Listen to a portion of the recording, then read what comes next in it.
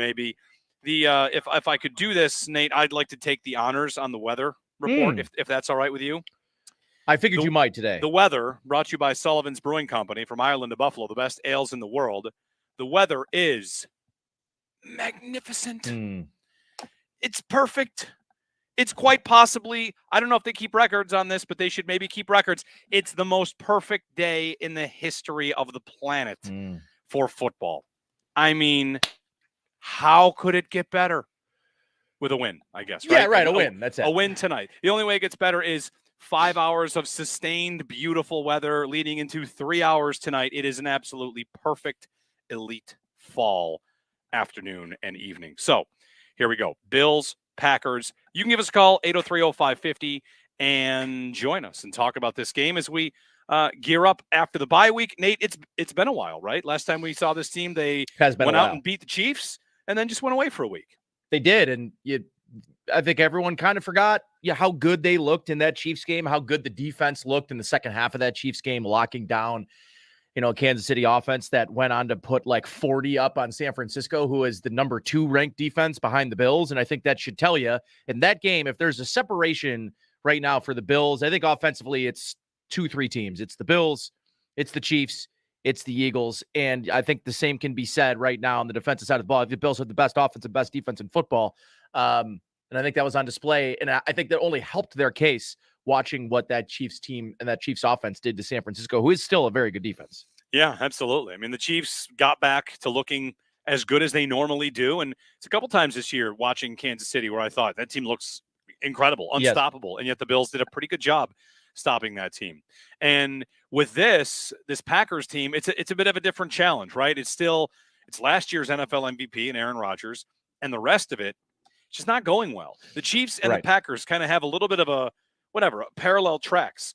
Good teams went to the playoffs, favored. The NFC was supposed to go through Green Bay, and they lost in their first playoff game to San Francisco. They also watched their star receiver leave, and what has happened? The Chiefs have kind of kept going, and the Packers are here trying to find answers in any way they can. The numbers offensively for Green Bay to this point in the season are really below average for Aaron Rodgers and an offense he normally puts together. They don't really run the ball particularly well. Aaron Jones, A.J. Dillon, they've had some success in that respect, but it's just been, Nate, a big adjustment. And that's from the outset. From week 1, they lose to the Vikings in a game they kind of get blown out in.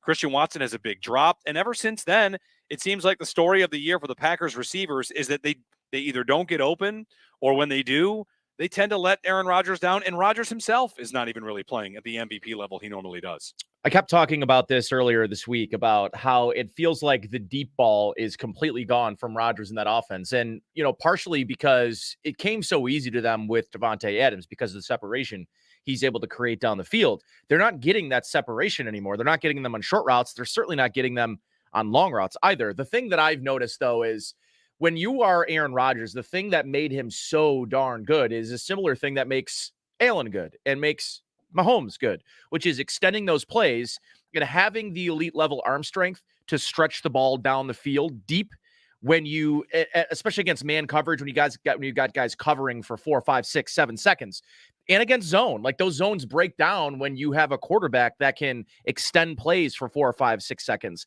And he's not doing that anymore, Jeremy. He is not the same level athlete. And, there's Aaron Rodgers invites some of the jokes on him, but he doesn't really strike me as a guy just based on how he has talked about his off seasons and what he does, the weird stuff that he does in his off seasons. He does not look like the same guy extending plays, the same athlete.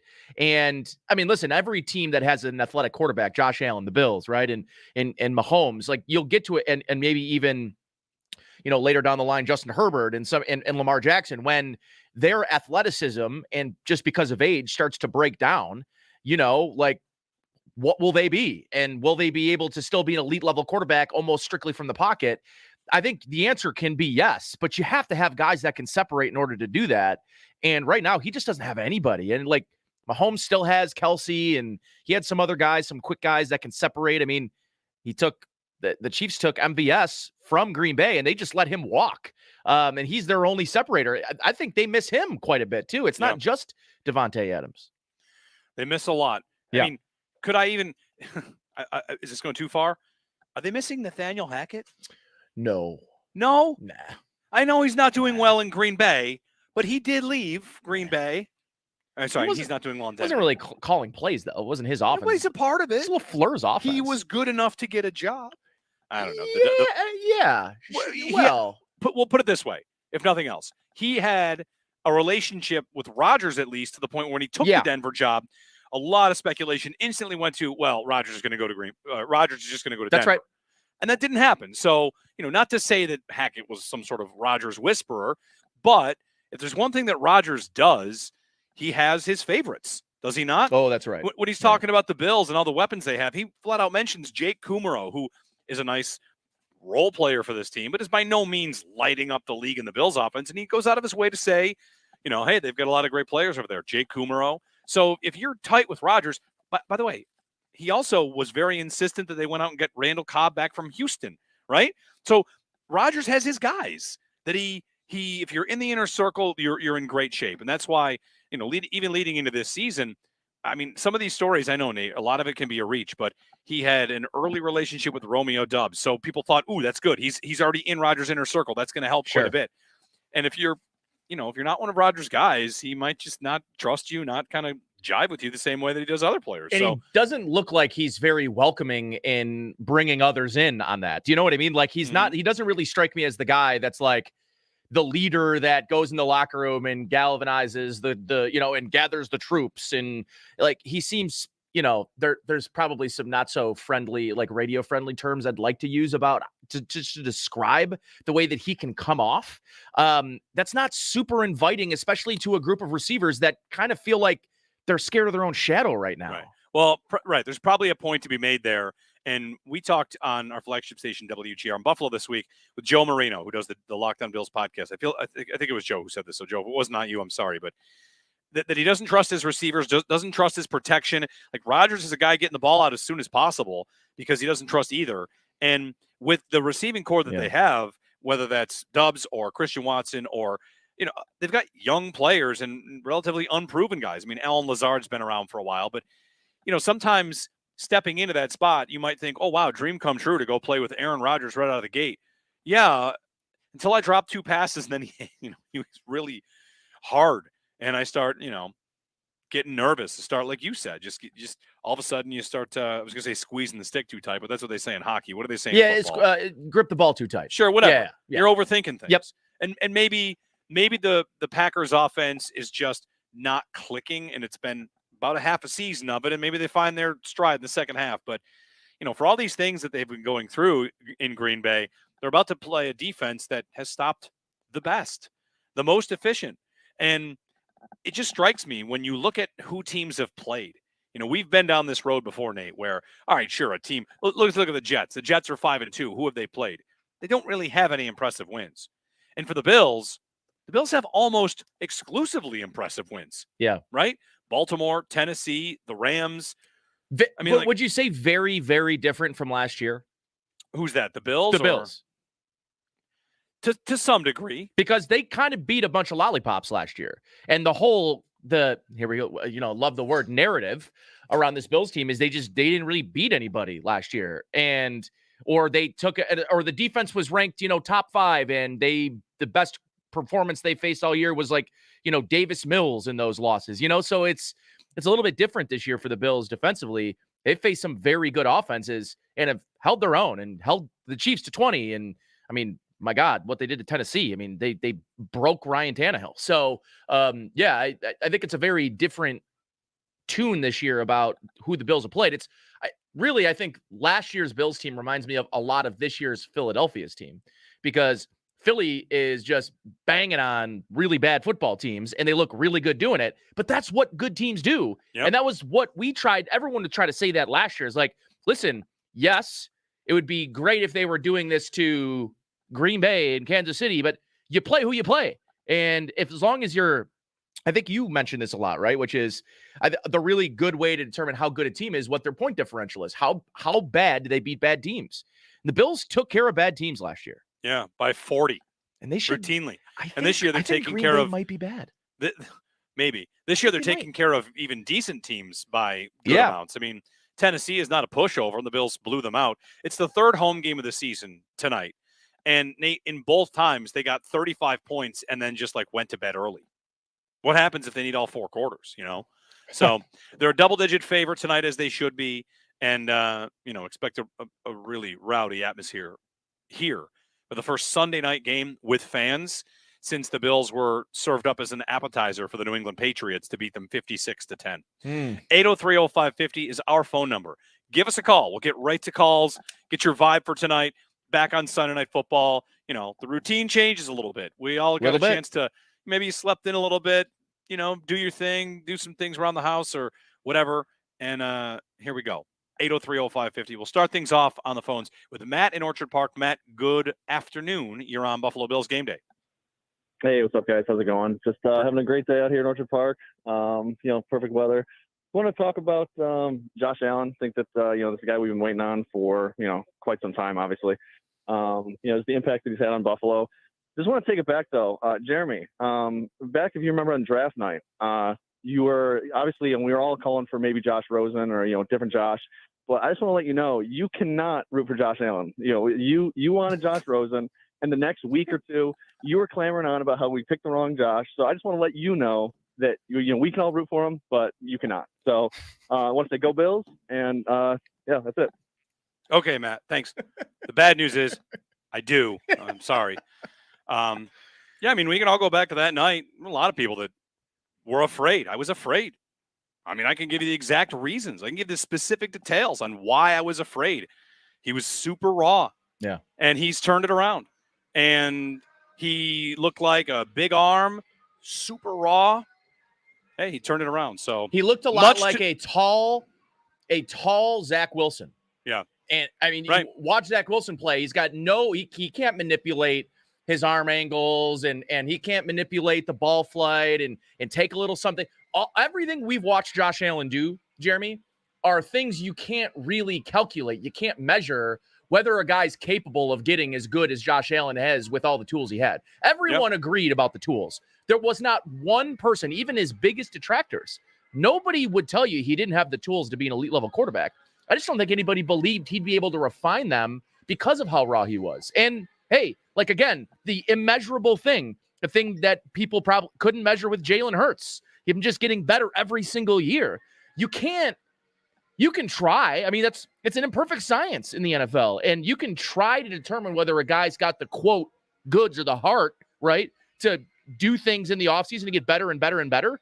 But yeah, I probably wasn't overly joyful. I'm gonna root for him. So sure, yeah. I also like Baker Mayfield. He's not that good. I also like Lamar Jackson, who does appear to be pretty good. He's pretty good. But anyway, thanks, Matt. Thanks for calling. Thanks for listening. It's 5 years later. We still got you. 803-0550, 1-888-550-2550. Sal Capaccio.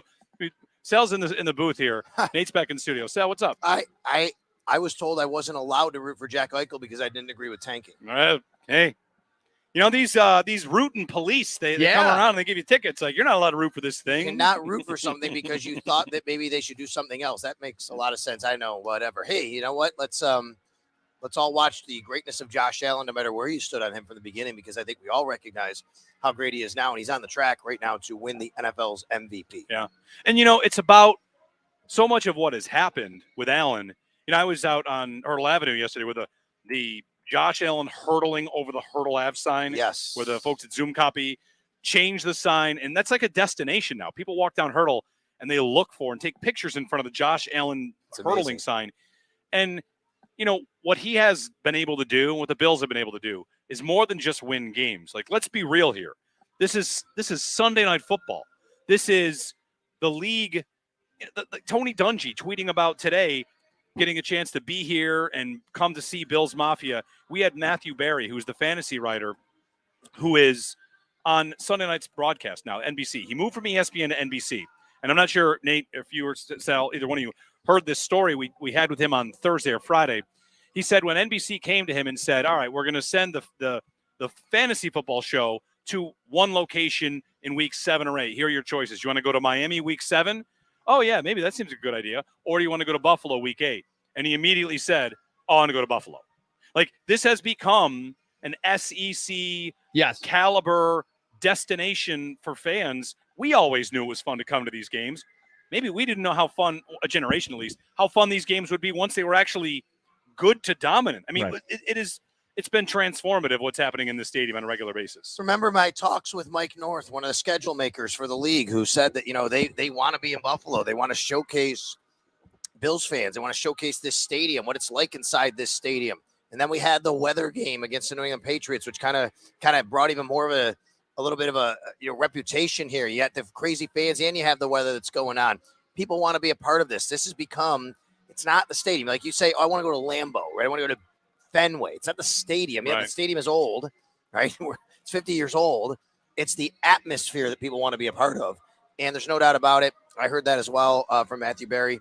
Part of it was a big deal. He had never been here. I mean, and now he'll have a chance. He's here. And it's a place I've heard a lot of people say to me, who was it a couple weeks ago?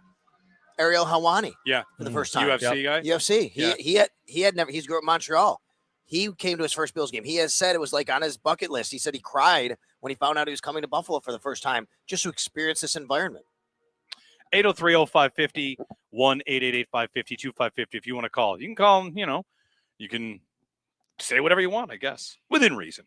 John in Rochester. John, good morning. Good afternoon. Sorry, good afternoon, John. Hey, guys.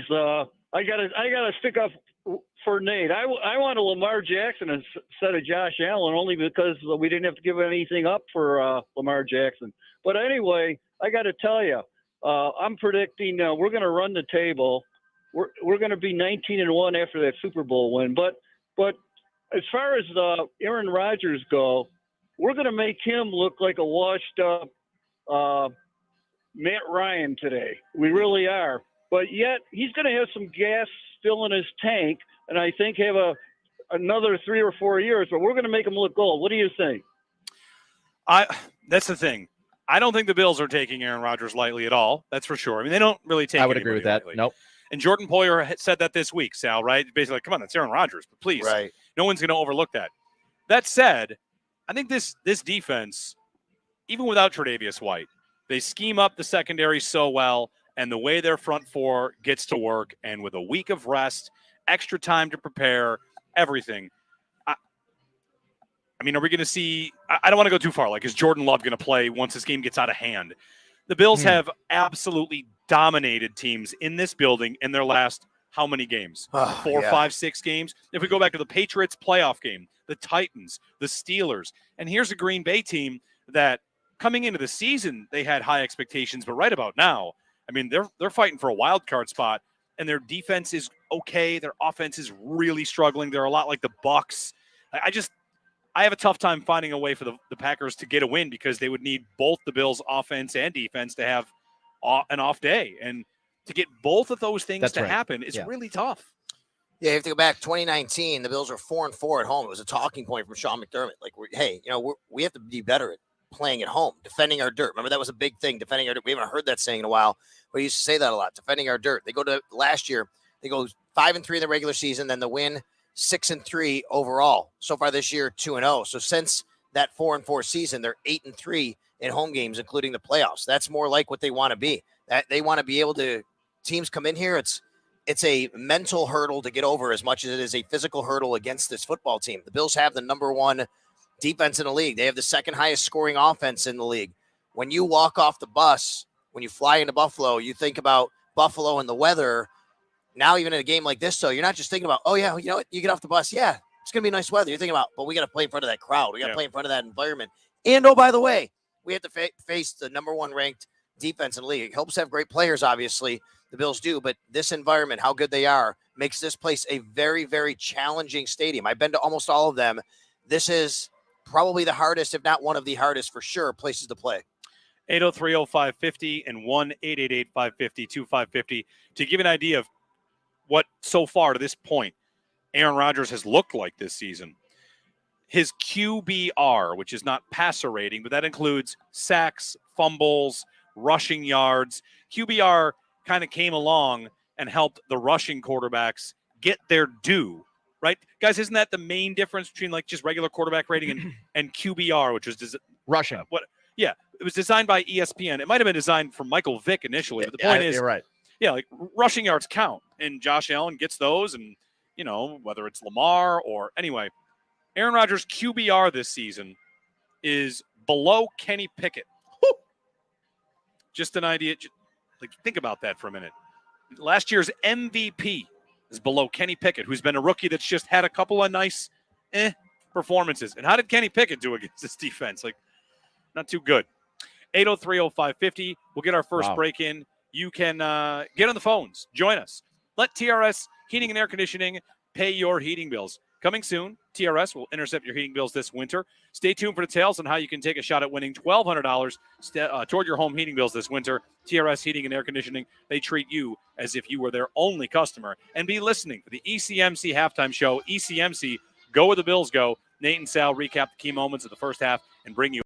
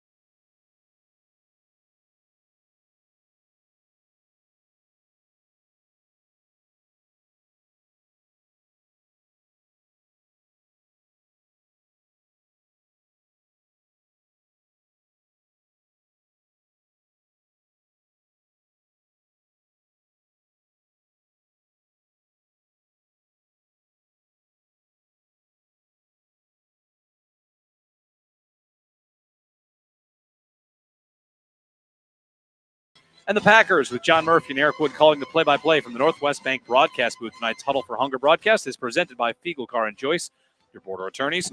Weather report brought to you by Sullivan's Brewing Company from Ireland to Buffalo, the best ales in the world. They give you my view of the weather in the first segment. Sal Capaccio, you'll be on the sideline. Oh, man, what a great day. What a great day. So far, what a great season here. Yes. I mean, last year we might have had one day as good as the first three have been. And you know what?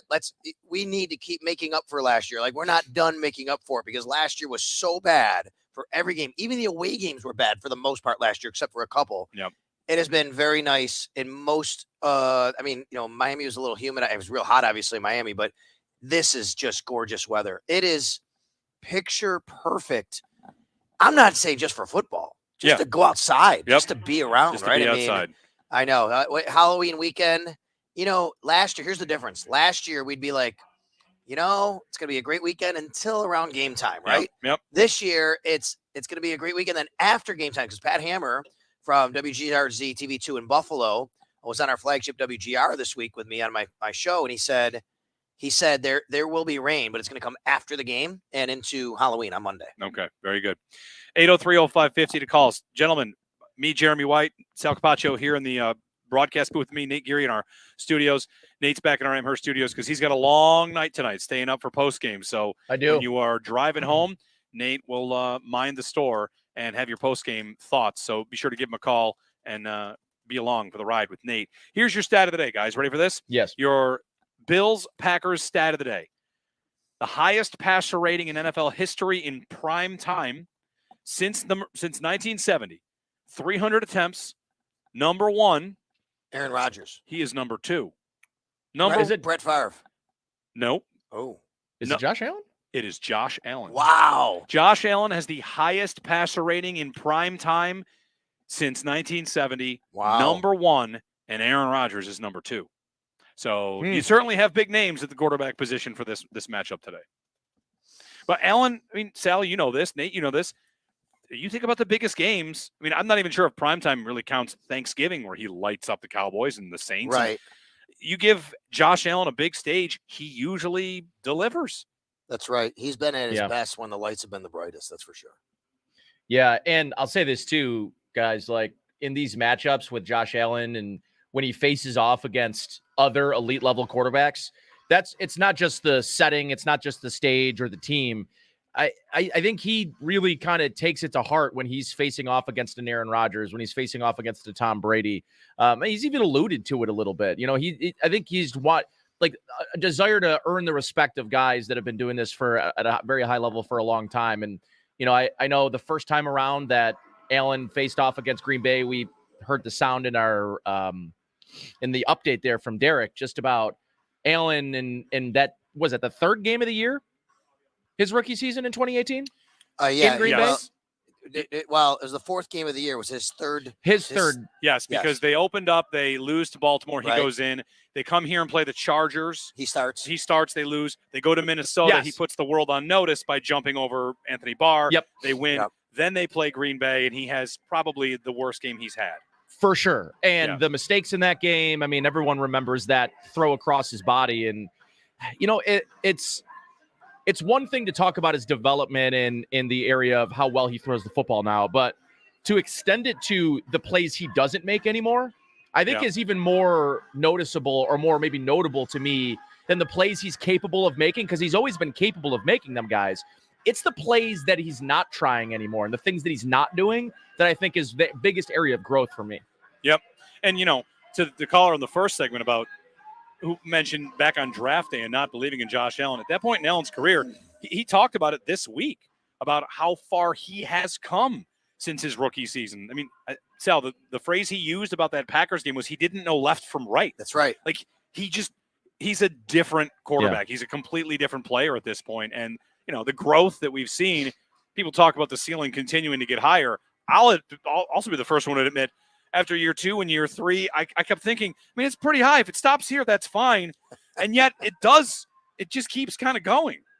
What I really like about Josh in this context is every year he focuses on something in the offseason, one detail of his game that he tries to get better. Remember what was the deep ball? Got to get more accurate in the deep ball, right? No, And then he's the after best that, it default was- player in the league. I mean, Yeah, it's not exactly. close. Oh my God, it's incredible. And then it was, that in cut, that mid-range in cut. I got to get a little bit better than that at that. And then it was this year, yards after catch. He wants to have guys have the ability yards after catch. Now the numbers may not reflect it, but I don't think there's any doubt that Josh is putting the ball where he needs to and wants to. Considering the season he's having, but I think it's a lesson in life. It's not just a lesson in football or for athletes. I think for all of us, maybe there's something in life. Maybe we just say, you know what I could work on a little bit and just focus on that detail and get better at that. And then sooner or later, you do another one, then another one, then another one, and you elevate everything about you, and he's elevating everything about his game. 803-0550. Get a call in. And want to talk about trade rumors because there's a report the Bills could be seeking running back help. We'll get to that in a bit. I mean, the Bills are always linked to running back. The price might have been way up after today, too, by the way. That's right. Bob in Buffalo. Good afternoon, Bob. You're on Buffalo Bills Game Day. Oh, good afternoon, guys. How are you today? We're doing great, Good, Bob. thank you. We're doing good, sir. Listen, now I heard a caller earlier before saying that the Bills will possibly run a gauntlet and finish 19-1. But I beg to differ on that because if you guys look at the Bills' remaining schedule, the Bills still have to play 5 division games because they only played 1 division game already. They still have to play 5 more division games. But from what I see, when I'm looking at the rest of the Bills' schedule down the line, I do see at least, forgive me, Bills fans for saying this, but I see about maybe 2 or 3 more losses, okay? But before you run the gauntlet and before you talk Super Bowl, let's talk about the division. Because they still have to play New England twice, the Jets twice, and you still got to play Miami. Now, before they went out, let's talk about them trying to win the AFC East first. Then let's talk about playoffs, all right? Because I still see 2 to 3 more losses, okay? Well, that's what Thanks. yeah, You don't agree with me? I Thanks. still love you anyway. All right. Thanks, Bob. No, you know what? I think part of it is, will they probably lose 1 to 2 to 3 games? Yes. It's hard to run the table like that. It really is. But the real tough thing to do is to figure it out ahead of time because they're gonna be favored in every game they play, and they're double-digit favorites in all but 2. Projected, that's right. Projected, right? As of right now, they're double-digit favorites. They're going to go play the Jets next week. Please don't accuse me of looking ahead of tonight's game. Pretend tonight's game's not a thing for a moment because the Jets are going to lose to New England. The Jets are going to be 5-3, and the Bills are going to be 12.5. And the Jets look brutal today, by the way. They look brutal against the Patriots today. The Jets might change quarterbacks this week. Yeah. They should. Zach Wilson's numbers under pressure are so horrific that if he played the Bills, I don't know how he would complete 5 passes. They might have to go to Joe Flacco by next week, and I don't think Joe Flacco's beating the Bills. So as much as the Jets have had a nice start to their season, I don't think they're a threat. The Patriots, I'm sorry. The Patriots are going to try and run on you. Mac Jones is not having a good season. No. Even by his own standards set last year. Miami, there's one I'll give you, but Miami's right now getting everything they can from the Lions, who are looking to try and come back and win late. Here's a deep throw down the sideline looking for it's incomplete. All right. Well, maybe that was on 4th and 2, by the way. Why did they do that? I don't really know. Maybe Miami holds on. Who's that pass to? Reynolds. Reynolds. No, it was Reynolds. And Reynolds Okay. dropped a touchdown at the end of the first half, too. That was just in the breadbasket. Miami's not clear. Miami is up 4, 2:52 to go. Detroit has 3 timeouts, so they could still get the ball back. We'll see. I do think Miami is good, and they don't always look great. And they had a couple weeks with Jacoby Brissett. Tua is having an amazing day. Then again, almost everybody does against this Lions defense. But I guess the larger point that the caller wants to make, depending on how this all plays out, the Bills could win the division before they play their 3rd division game. The games are all stacked at the end of that's right. They're all stacked at the end of the season. And I'll even let me say this too, that the Bills, if as the caller says, if you want, he's taking it in context of, well, some guys said they're going to go 19-1 when he called you. Well, before you worry about that, worry about the division. Let me tell you something. If the Buffalo Bills do not win this division, it is a monstrous disappointment and underachievement. Right. They are winning this division short of injury to Josh Allen. Short of injury, yes. I mean, they're so yes. football cliche, Bob, you're right. Win your division games, win your division. Yep. You're right. Of course you have to do that. Nobody's trying to put the cart before the horse. But Bob, if you're not watched, like if they don't win this division, something seriously, immensely seriously went wrong. 803-0550, long touchdown broken off by Tony Pollard. Yeah. Boy, you got to wonder if the Cowboys will see what every other person alive has seen, and that is he's the better running back on that team. That's my doesn't matter. Fantasy, by the way. Yeah. I actually traded for him in my fantasy league, and I'm feeling pretty good about it. It doesn't matter because Jerry Jones makes the decisions. Pollard is a guy that I would have loved last year as like a trade candidate. He returns kicks. He catches passes. He's very versatile. I think he's fantastic. Let's talk running backs for a moment, gentlemen. Jay Glazer reported earlier today that the Bills were calling about and or interested in Alvin Kamara. Now, they were linked, of course, to let me go through the list of running backs the Bills have been linked to, going back to drafts too, right? Breece Hall, Travis Etienne. They tried to sign J.D. McKissick, and that went south. We know. So, okay. Christian McCaffrey, and now Alvin Kamara. So, I mean, is Kamara still at the peak of his powers? I'll tell you what, today's day on the field sure suggests that he is. I don't know if they were showcasing him. Yeah. I don't know if, maybe he got word you can get out of there and maybe go win a Super Bowl, or if it's just him being amazing. But how do you like the idea of Alvin Kamara for the Bills if the price is right? So while you say and what you're talking about, just so everybody knows what his day is today, 18 carries for 62 yards and a touchdown, but also 9 catches for 96 yards and 2 touchdowns. Let's go all the way back to the offseason. J.D. McKissick. Bills think they sign him. He goes back. Bills draft James Cook. They have been in search of, because look, we had this debate about James Cook a few weeks ago. He obviously, for whatever reason, hasn't been the person they thought he would be, whether he was given the opportunity or not. Could they still be in search of that one incredible weapon out of the backfield? Is that what they're searching for? I mean, they drafted one in the second round, and he's not ready yet. I don't, guys. I don't think this is about the players themselves. I think this is strictly a scheme thing. Sale, they have wanted to run zone, outside zone, for 3 years, and they can't do it. And it's not. But you're saying then they would do it to replace Devin Singletary? No, they want to find someone that can run outside zone with Devin Singletary. So because I was talking about this on my podcast the other night, Devin Singletary I think had 4 rushes for like 9 yards or something in that Kansas City Chiefs game on outside zone, and then he had like 8 rushes for 65 yards on gap runs. He's a great gap and pin and pull runner. They don't have a guy right now. I think they want James Cook to be that guy, but they don't trust him to do it.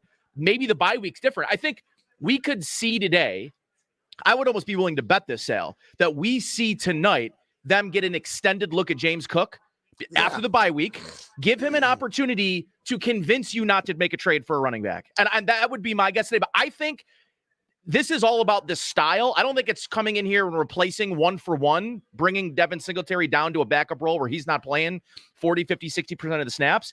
I think they just want to find somebody that can run outside zone because they have the offensive line coach Cromer, who comes from that system. They've been trying to do it. They keep doing it with no success. So I think this is more of we want to be able to run zone as well as gap and pin and pull, and we can't right now. So and that's why Alvin Kamara seems aggressive to me. Like I'd be good with Jeff Wilson, somebody that I know can run zone. Like if you're going to do it, I guess go big. I would agree with that. I mean that is the big move. I mean 100%. Here's the other thing regarding this, just as a concept, guys. I have felt the Bills will make a deadline move pretty much since training camp because moves are becoming more common in the NFL. They are. How many have we seen last week? 6 or 7? 6 trades. And I bet there are a couple more after this week's games. And who made trades? Kansas City made a trade. Philadelphia made a trade. San Francisco made a trade. These are the other big favorites to win the Super Bowl. Yeah. The Chiefs are number 2 in the AFC. In the NFC, it's the Eagles and Niners that are pretty much 1 and 2. So you're seeing the contenders make moves. And if you're Brandon Beane, you have 2 things you can do. 1, make a trade by Tuesday. 2, sign Odell Beckham. That's pretty much it. And if you don't think you're going to get Beckham, or maybe you don't want to get Beckham because you want this piece, you have until Tuesday to make that move, or else it's wipe your hands clean. And, hey, let's see how the roster I put together did. Do I want to take one more swing at making it the perfect roster? All right, so I know we got to take a break here. What about costs though? Because wasn't there a report that said that? Yeah, I mean the Saints first round pick. It's starting with a first round pick. I'm not doing a first round pick. No. But that was also what we heard about Christian McCaffrey. And he didn't go for a first round pick. He went for like a second, third, fourth, fifth, sixth, and seventh. And if you put that in the calculator, it has the same value as the 4th overall pick. What they gave up for McCaffrey. Wow. Yeah. Hey, they gave up a lot. All right, 803-0550. We'll get a break in, get more of your calls. Jump on the phone lines with us. Trade deadline idea, a prediction for tonight. It is Bills and Packers coming up at 8:20. Be sure to catch Sal Capaccio. He takes you behind the scenes on Bills game days with Sal's All Access Facebook Live and WGR's Facebook page. That's brought to you by Dunkin'. America runs on Dunkin'. A tradition like no other, and it only happens on Tuesday.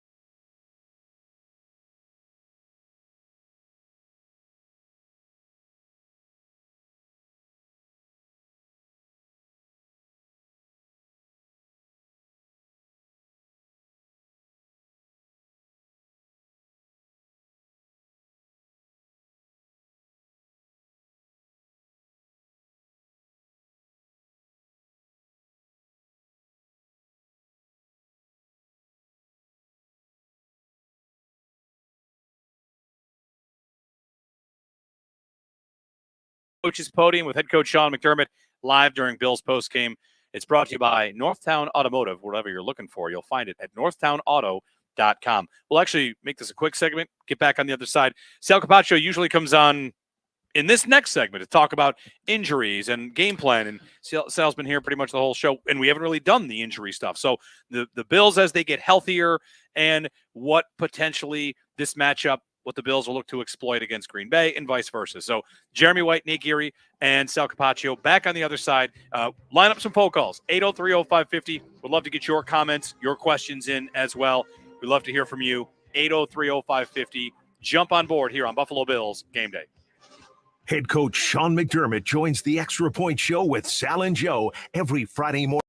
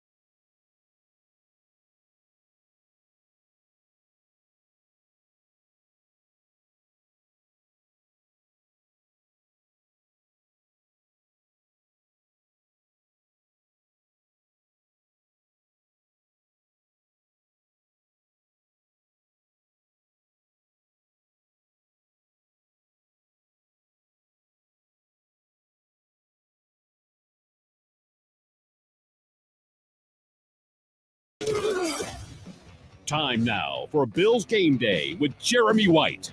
Brought to you by the BFLO Store, official retailer of the Buffalo Bills. Good afternoon. Welcome into Buffalo Bills Game Day, getting you ready for an 8:20 kickoff between the Bills and the Green Bay Packers with John Murphy and Eric Wood calling the play-by-play from the Northwest Bank broadcast booth. Tonight's Huddle for Hunger broadcast is presented by Fiegel, Carr & Joyce, your border attorneys. Bills Game Day, powered by the BFLO Store, the official retailer of the Buffalo Bills, and traffic and weather brought to you by Sullivan's Brewing Company from Ireland to Buffalo, the best ales in the world. The weather report, it is going to get a little cooler. I wore shorts and T-shirt on the way in, but I do have longer sleeves because I feel like it might be, 52 degrees. Pants. Yeah, 52. have a change. Might be a hoodie and pants kind of night. Have a layer if you need it. Jeremy White, Nate Geary, Sal Capaccio. Okay, gentlemen, to business on this matchup on the injury front for both teams. Sal, the Bills, of course, coming off the bye week, and things are much better than they have been for most of the year. Still no Tre'Davious White. Let's start there. The Bills ruled him out of this game, but he's getting closer.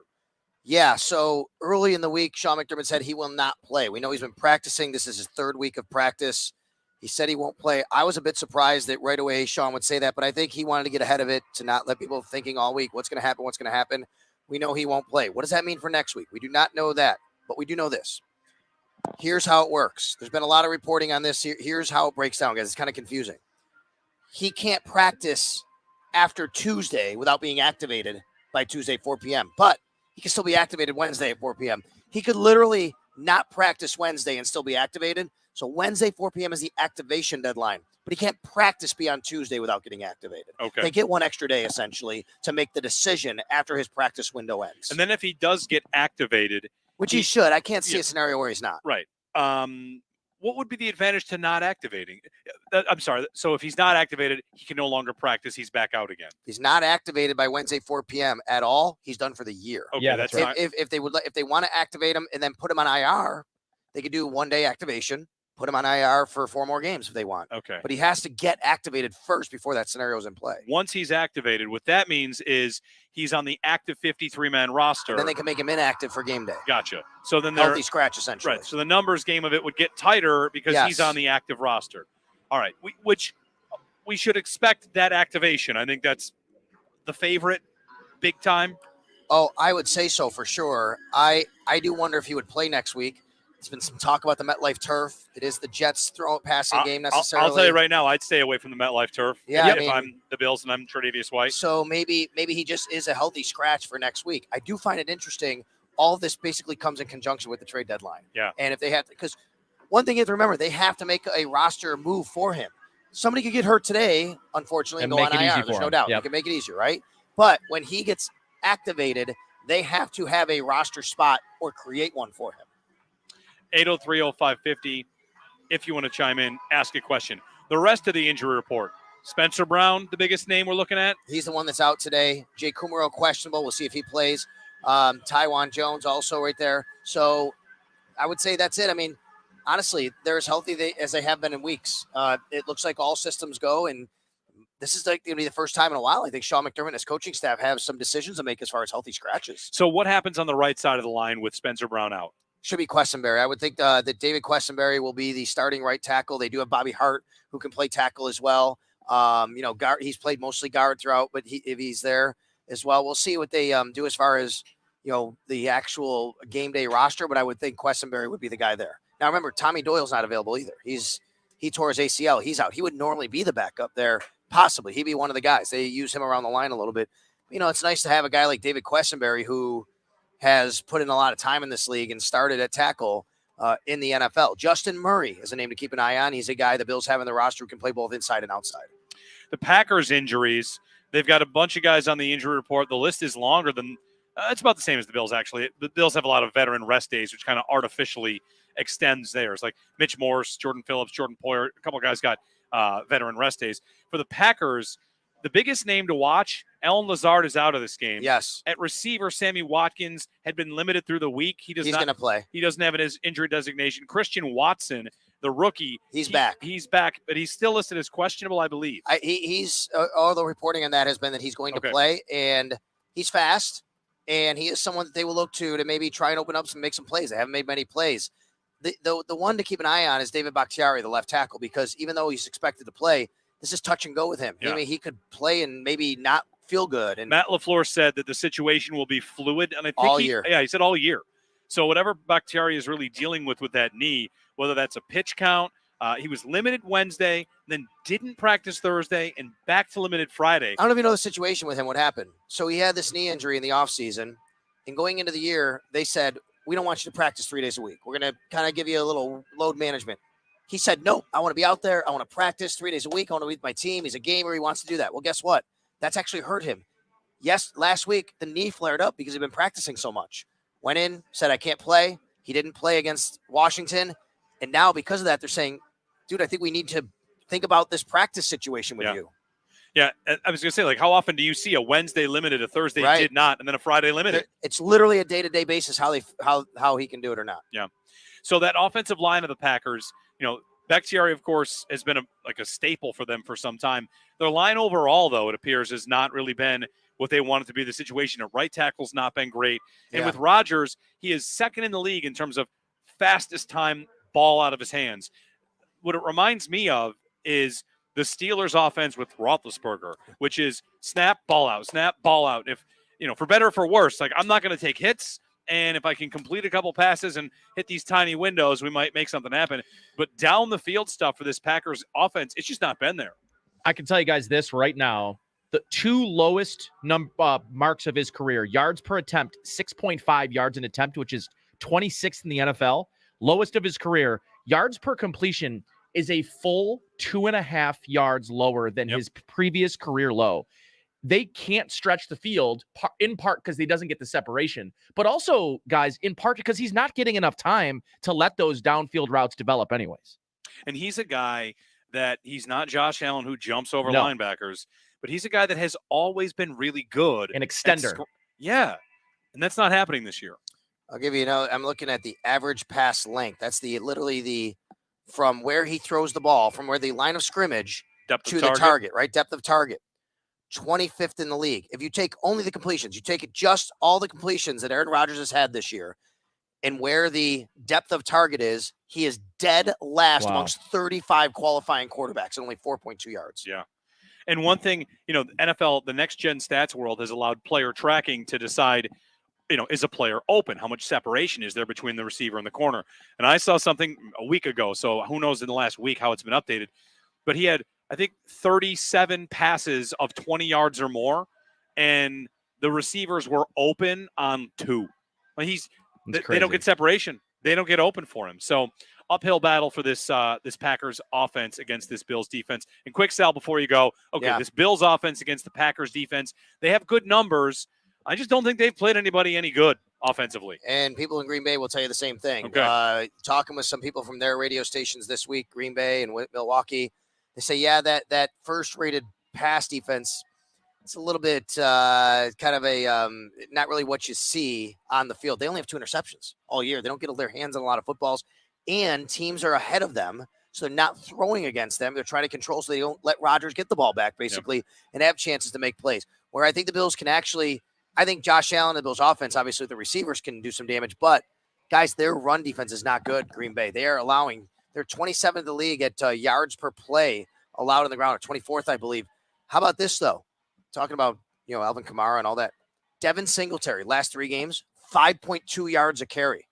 I mean, the Bills are running the ball pretty efficiently lately. Yep, pretty good. Yep. All right, Sal, we're going to cut you loose. He's got stuff to do. It's a game day. He's a busy man. Thank you for the time. No problem. And we'll hear from you again here on the pregame show as we continue. Jeremy White, Nate Geary. By the way, Sal, before you leave, we should thank Nate for not referencing a certain football game that happened yesterday that one of the 3 of us might want to talk about. It's very big of Nate not to mention that game that happened down the 90. I appreciate your recognition. That's that you didn't mention that because Notre Dame had a good day. I was all fired up to mention it to him, so I appreciate him not mentioning it to us. That's all right. I was ready. Had it locked and loaded on Twitter. Listen, as you guys both know this, they're like my second or third team in college football. Syracuse. Like it's been a fun start to their season, but that is just so Notre Dame to lay an egg against like Marshall early in the season and then play that well on the road in the Dome. But yeah, sorry, fellas. Well, congrats to your Irish. Around the league, Falcons and Panthers. Crazy game. We get to be kind of like red zone here. Carolina lining up for a game-winning kick to end extra it with point, 10 seconds left. And he missed it's an extra point. And he messed. Yeah, so a 12 seconds extra left point. Hail Mary was caught by DJ Moore for the touchdown. He got a 15-yard personal foul penalty for celebrating that moved the extra point back, and they missed the extra point. They legit gave a penalty for celebrating a Hail Mary? Yep. Oh, my gosh. Come on with this. A 62-yard Hail Mary. Yep. And it was a dime, fellas. Like, flagged for celebrating. Took his helmet off. That's why. With no time on the clock. Okay, I guess it's an automatic. Yeah. And guys, I'm telling you, it was one of the best throws of the year. PJ Walker. All right, so on to... We're going to overtime. Yep. Was it the Panthers, by the way, who missed the extra point after it? No, that was against the Panthers. It's a very famous Saints-Panthers. Saints missed it. The Saints Morton missed the extra Anderson. point. Morton John Anderson. Casey. John Casey. Yeah, maybe it's more. I don't know which one it was. All I right. can't remember. Well, anyway, here we are, red zone. Around the league, a couple headlines that have happened in the early games. One, Tua, your favorite guy. Yep. I mean, it's the Lions. We'll say that. It's the Lions, and everybody carves up the Lions, but whoa, Miami had a day offensively. They did. Tua cut them up. 382 passing, on 36 attempts. Waddle, big day. Hill, a big day. Tony Pollard's run all over the Bears today. Yes, he did. The Vikings, by the way, the Vikings and Cardinals, if you look at the Bills' schedule, here we are saying they're going to be favorites in every game and how well we expect them to finish the season. After this game against Aaron Rodgers and the Packers, next week it's the Jets who have a winning record. The Bills should probably take care of them. And then after that, it's the Vikings who are 6-1. And yeah, I'll raise my hand and say, I don't think they're that good. I don't think they're that good either. I don't think they're that good. But they're 6-1 after beating Arizona today. If that game has gone final, I know they were up last I saw. But Atlanta and Carolina appear to be going to overtime. A couple stats on this game. The winner will be leading the division. And Carolina, after trading Christian McCaffrey and starting like they're selling off parts, would be in the division lead and would have their draft position drop 16 spots with a win today. That's unbelievable. Not, hey, nothing wrong with it. Do whatever you want to do. All right, Nate. So, hey, not getting in the arguments about that for Carolina's behalf. For today, Bills-Packers. You have a vibe? Because I can give you mine. Mine from the week is this. I get any given Sunday, Nate. I didn't realize when the Bills lost to the Jaguars last year that game was going to constantly live in the minds of Bills fans for the rest of time. Hey, you never know. What about the Jaguars game? Like, the Jaguars game has become the new Gretzky was traded. Like, yes, they lost. Yes, they lost to the Jaguars. But come on. Shouldn't you expect them to cruise today? I do. I mean, yes. I think it's a 10.5-point spread. I like the number. I think it's a good number for the Bills. I think they'll cover that spread today. There's no indication to me, especially with the injuries now. It's not just that this Packers team is down and they're not playing well, which they're not. They're also very banged up, and they're not finding a lot of success on the offensive side of the ball. And the thing on the defense is they were supposed to be the best defense in football this year. They've got two really good corners. It just hasn't worked out for them. So on top of them not playing well on both offense and defense, they're banged up. And so I think for me, I'm very confident this is going to be an ugly. Do I feel confident that Josh Allen is not playing the second half or basically all of the fourth quarter? I mean, I don't know. I don't maybe want to stop myself from going that far. Well, I mean, they've done it twice so far this year at home. They have. He's not finished the game yet. It could, to me, this smells a lot like a, 28-3, 28-6 type of game for me for the Bills. Well, the place that Bills fans now live is they drive into a game and the conversation in the car is, what do you think? Like 2 punts today? One? Yeah.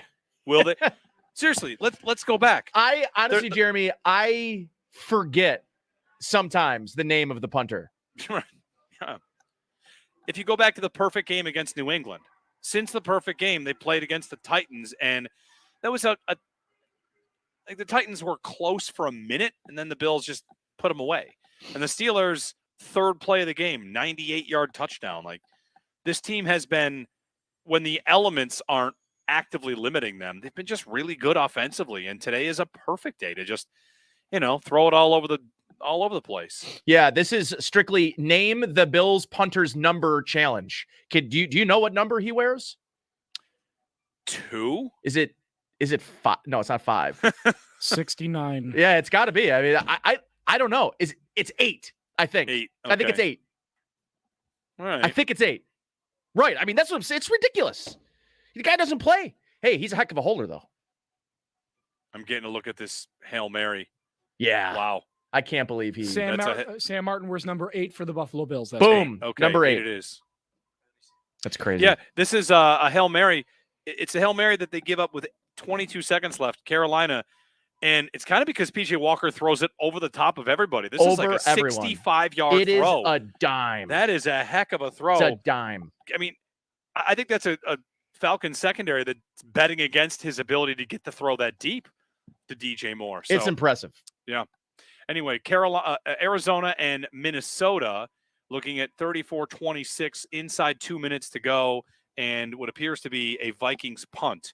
And the Vikings punter appears to be happy with how far he kicked the ball. So, okay, there you go.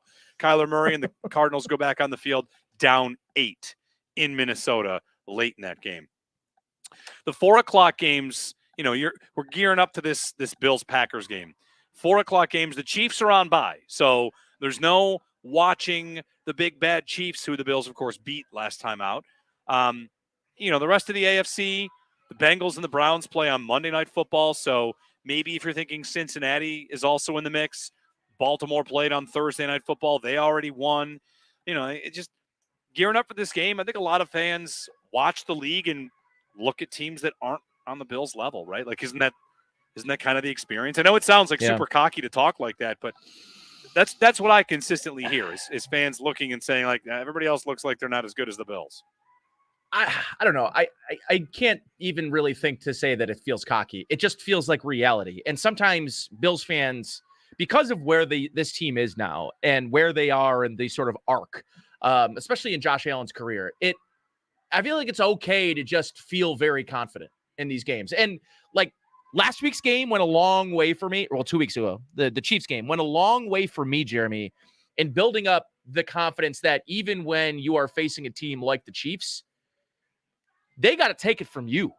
And that's a different mindset that I think a lot of people have had for a long time, which is you're nervous about a game like Kansas City because you know how good they are. And I think, listen, I'm not going to tell you that I think the Chiefs traded for Kadarius Toney as a direct answer to how the Bills defended the Kansas City Chiefs 2 weeks ago. But it sort of feels like they traded for Kadarius Toney because of the way that the Bills defended him a couple weeks ago. Yep. They ran a lot of man coverage.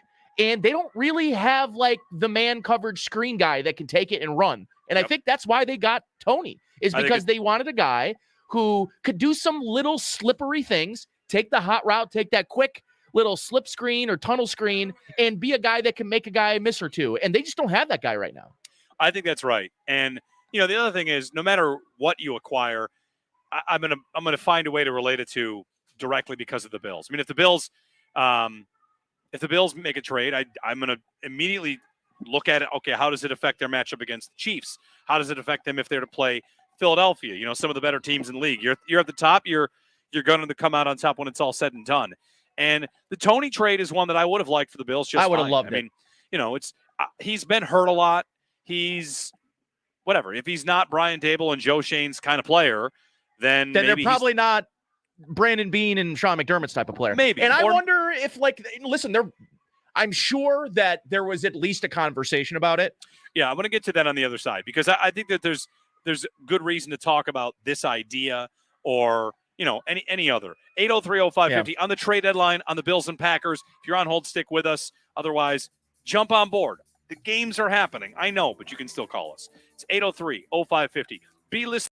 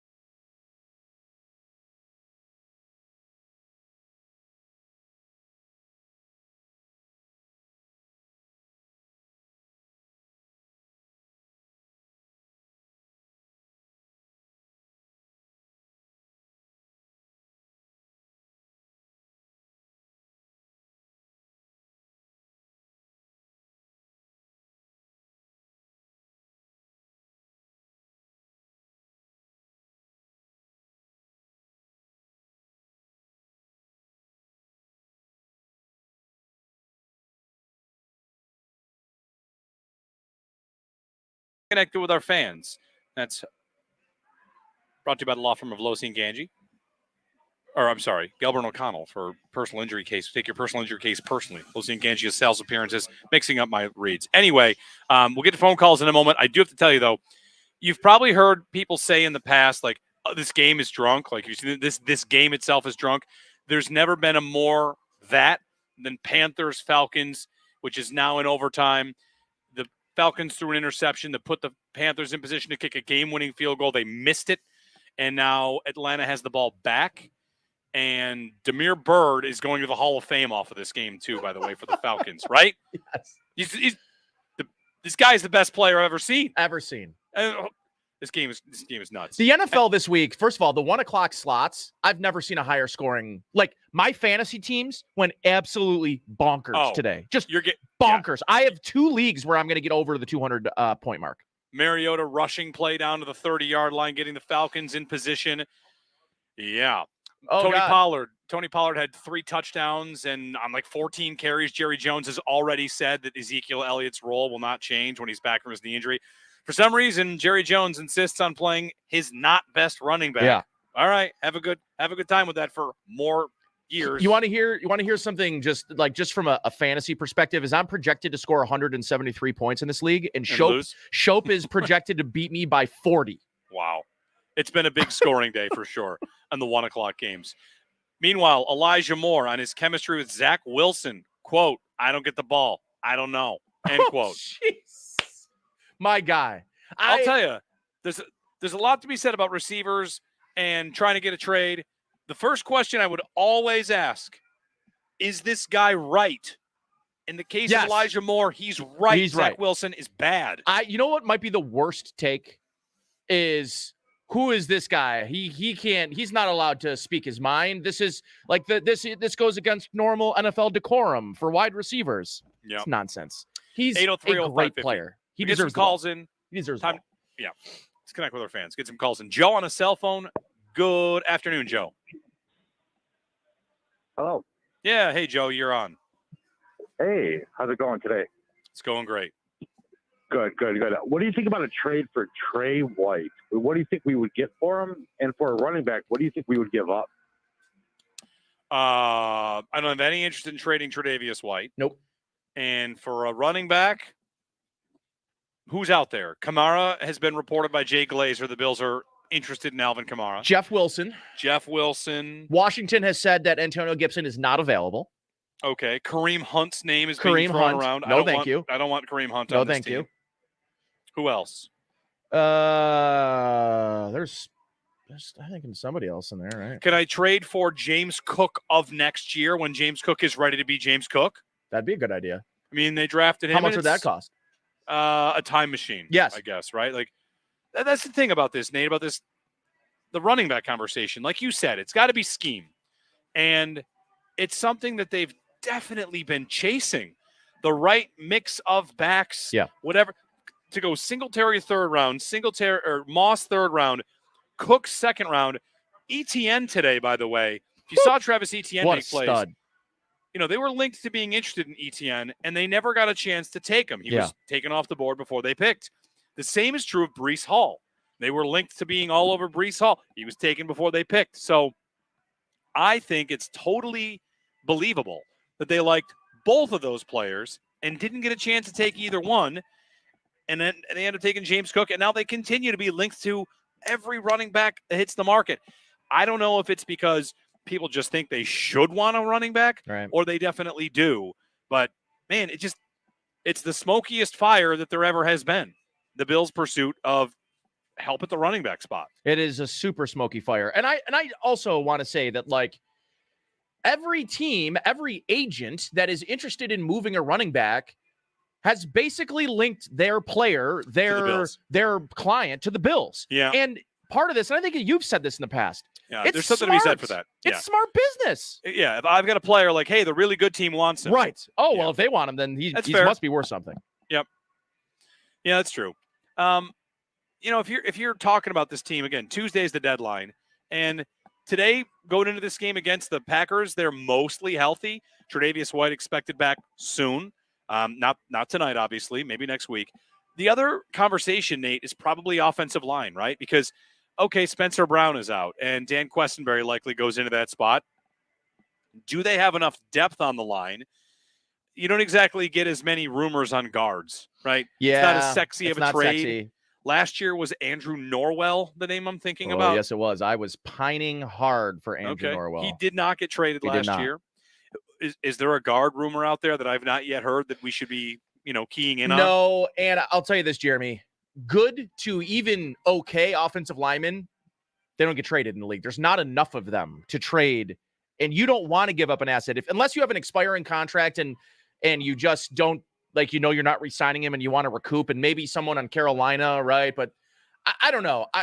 I'm of the mind I'd love to trade for an offensive lineman. They just historically do not get moved. It's just not something the NFL does because of how valuable they are. The Bills are sort of de facto getting a trade for an offensive lineman. If you think about it, Jeremy, Ike Botker is going to be back in the lineup here and is going to be able to play and help you if need be. So, and he's coming off an Achilles injury, and those are always tough to come back from, especially, at running back, it's, we missed the guy, Cam Akers. What about Cam Akers? Zero interest? Zero interest. Is it just because of the injury?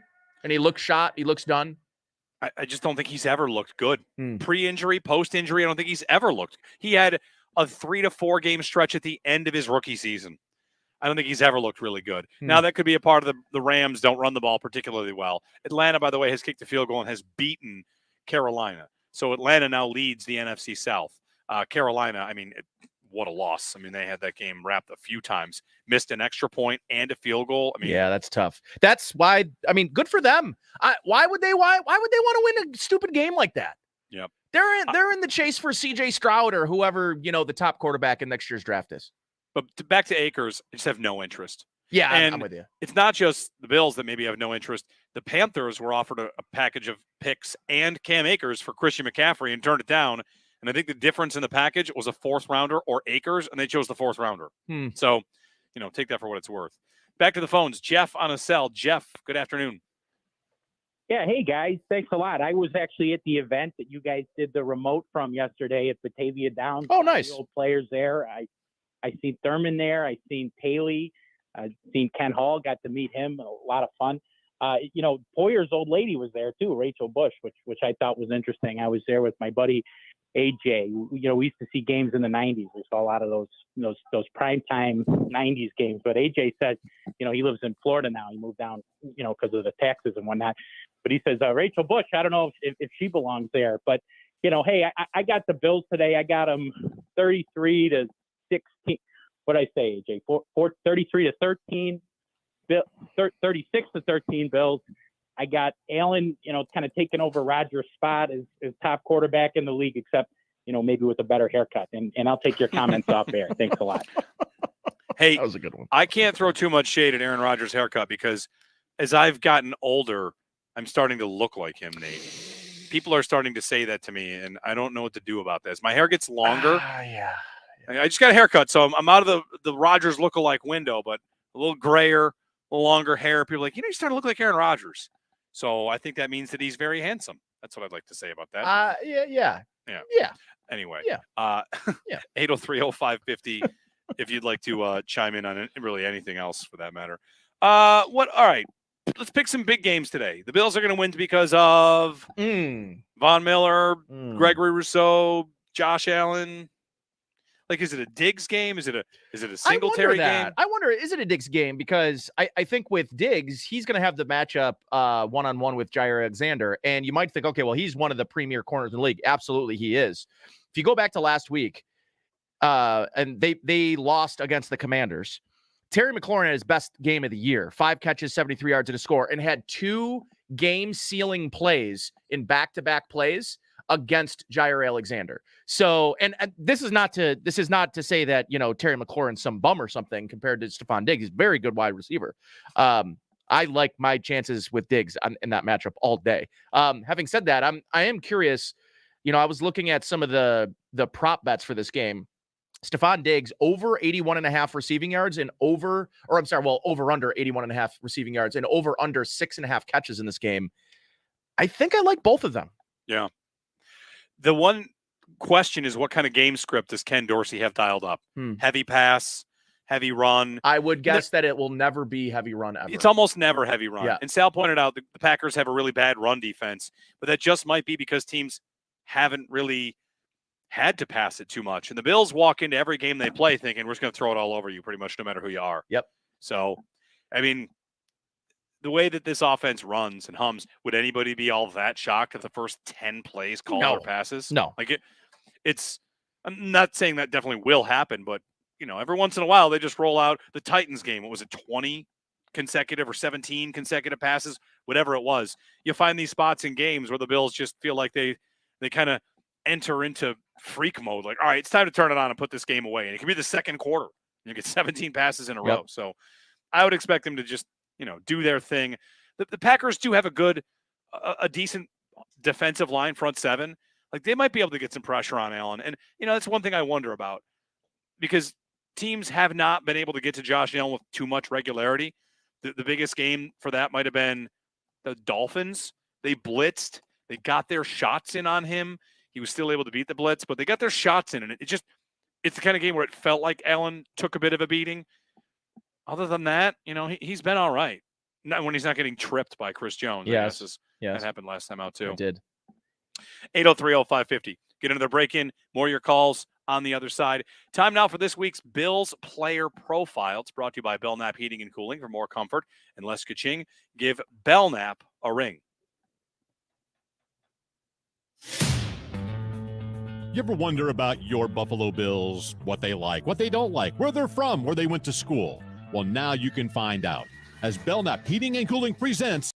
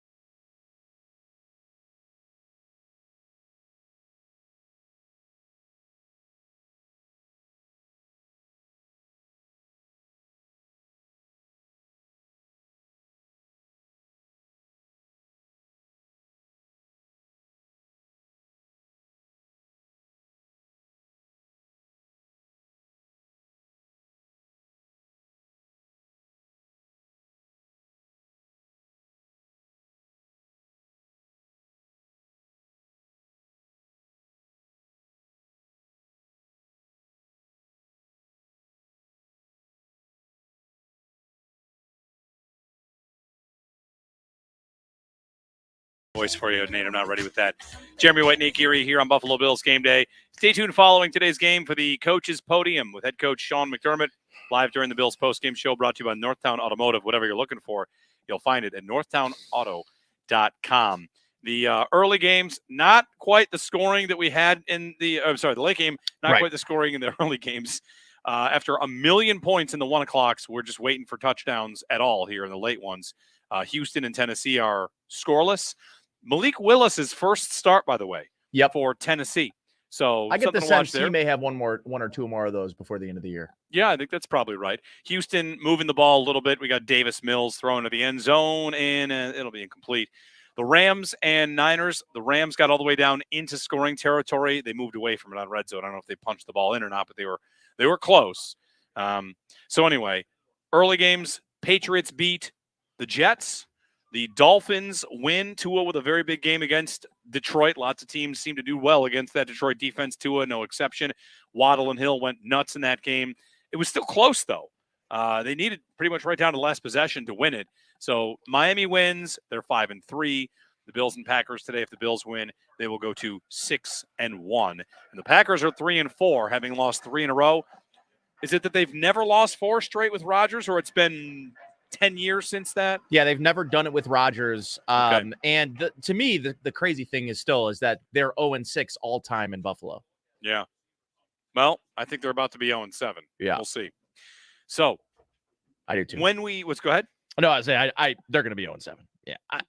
If the Bills lost this game, it might be the most surprising thing of the season slate. That's how I think kind of confident I am about this game. I mean, the Chiefs lost to the Colts. That's it's amazing. It's amazing that happened. That's incredible. That's kind of like just the Bills 3 weeks lost. later, they benched their quarterback, who they spent millions of dollars in draft capital to acquire. Yeah. The Colts. All right. Drumline's on the field warming up. We're on our way with Countdown to Kickoff. Joe DiBiase joins our coverage. We continue to take you closer and closer to tonight's 8:20 kick from Highmark Stadium. A perfect night of weather on the way, and hopefully a perfect night of football for all the fans in attendance here. Okay, Countdown to Kickoff. That's up next. Stay tuned here on the Buffalo Bills Radio Network. You're listening to the Buffalo Bills Radio Network. John Murphy here for Dunn Tire. Sure, we're known for quality tires at the lowest price guaranteed, but we also specialize in auto services.